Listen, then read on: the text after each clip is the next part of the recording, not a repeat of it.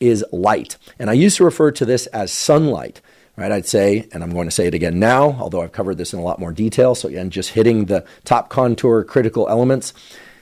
Try to view sunlight, that is, with your eyes, view sunlight as early as possible after waking. Whenever I say that, the most common question I get is, what do I do if I wake up before the sun comes out? Well, unless you have superpowers that I'm not aware of, you can't make the sun come out any earlier. So just flip on artificial lights as needed until the sun comes out, and then get outside, face east in the morning, take off those sunglasses. It's perfectly safe to look at low solar angle sunlight without sunglasses, provided you're not driving into bright light and you crash, this kind of thing. Get outside, look at the sunlight. Definitely blink to protect your eyes as needed, but get that sunlight in your eyes early in the day. This has myriad positive effects on mood, focus, and alertness and nighttime sleep later that night. And it does so through a number of well-defined biological and endocrine hormonal pathways that I've discussed on many previous podcast episodes. And you want to do this for about 10 minutes on non-overcast days and as long as 20 or 30 minutes on overcast days. And that highlights the second most common question I get, which is, what do I do if there's no sun where I live? I live in an area where there's no sunlight.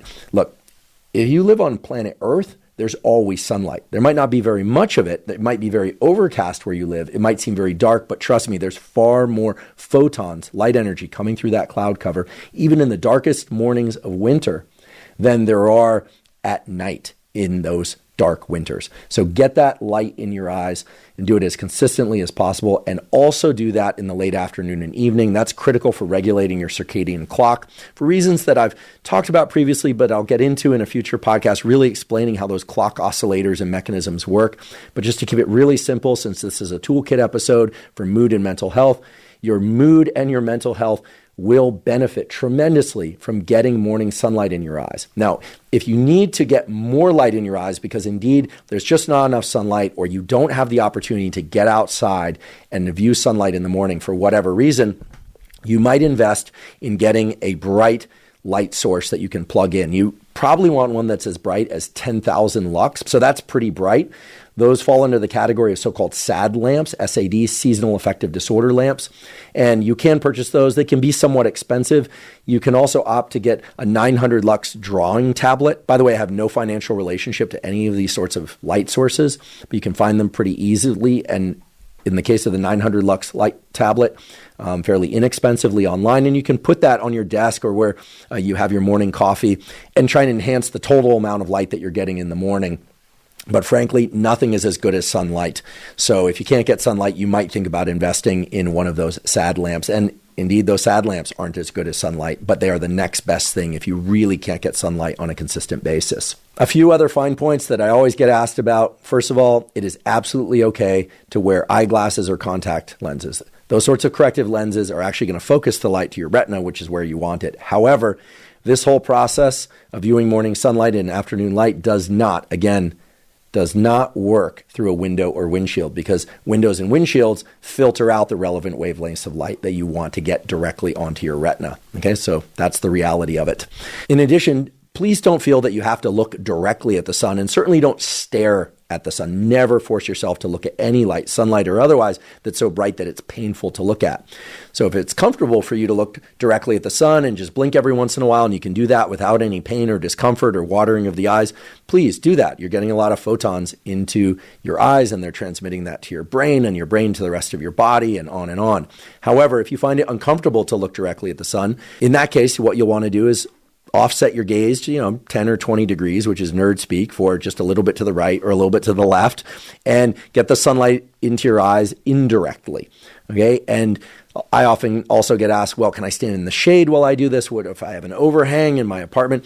The best thing is, of course, going to be to face directly to the sun and look either directly at it or slightly offset. But if you can only get morning sunlight by going out onto your balcony, and your balcony doesn't face east, rather it faces west, you'll still get a lot of photons from the sun reaching your eyes there. But ideally, you would find some way to look toward the sun first thing in the morning. I realize that with kids and work and other obligations, this can be challenging, but it is a challenge worth meeting.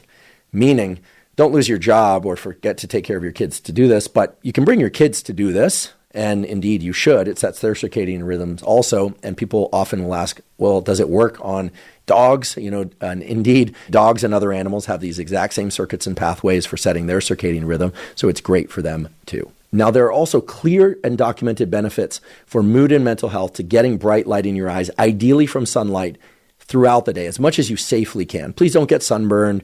Don't get cataracts by getting too much sunlight, but getting outdoors and getting sunlight in your eyes during your lunch break or a walk here and there, or if you have to remain indoors during the day, getting the lights in that environment as bright as possible, as safely possible, I should say, is known to improve mood and mental health. Why? Well, because there's a special so-called opsin within these cells of your eyes, called melanopsin, that doesn't respond to the same differences in color that are present in sunlight in the morning and the evening, but rather responds to the overall brightness of light. So very bright lights, either from artificial sources or ideally from sunlight, activate these cells, and these cells project these little wires we call axons into specific parts of the brain that improve your mood and feelings of well-being. So I can't give you a specific number, of 5 minutes a day or 10 minutes a day. Just get as much light in your eyes, ideally from sunlight, throughout the day as is safe for you, meaning where you're not getting sunburned and you're not damaging your retina. And if you want to know if you're damaging your retina, well, anytime you have to blink or turn away from light because it's really bright, that's a signal that the light is too bright. So while you want to place yourself into bright environments, you don't want to place yourself into any environment so bright that it's painful to be in. Okay, so use that as a metric and you should be just fine. And the last point about light for mood and mental health is a relatively recent theme that's emerging from the scientific literature and that really was driven home by a recent study that I mentioned a little bit earlier in the episode. This is the study published in Nature Mental Health showing that darkness during a particular stage of your 24-hour cycle, your so-called circadian rhythm, is also very beneficial for mood and mental health. And it's beneficial for mood and mental health in a way that is independent from light and from sleep. Now, what do I mean by that? Okay, well, there are a number of different ways that this can be examined, but in this particular study, which I like so much, entitled Day and Night Light Exposure Are Associated with Psychiatric Disorders, an objective light study in more than 85,000 people. What the researchers did is they analyzed how much light and or dark people were getting across the 24-hour cycle and correlated that with mental health outcomes, looking at a range of different mental health challenges, including bipolar disorder, schizophrenia, depression, PTSD, and much more. And I'll go into this study in a lot of detail in a future episode because it's such an important study with so many gems within it that we should all know about.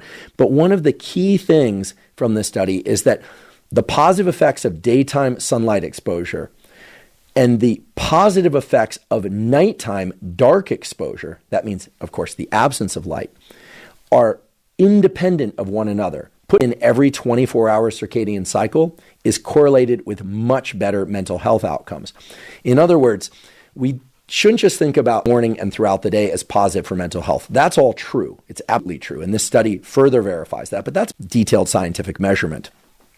But in addition to that, this study shows that people who stay in very dim to dark environments for 8 hours every 24 hours, or I should say approximately 8 hours in every 24-hour cycle, they benefit from improved mood and mental health outcomes in a way that's independent of how much light they're getting and independent of how much sleep they are getting. The point is this: the time when you wake up, consider that time 0. And then again, you don't have to be super strict about this, about 16 to 24 hours after that wake up time, you should be in a very dim to dark environment, 18-hour to 24-hour period after waking up.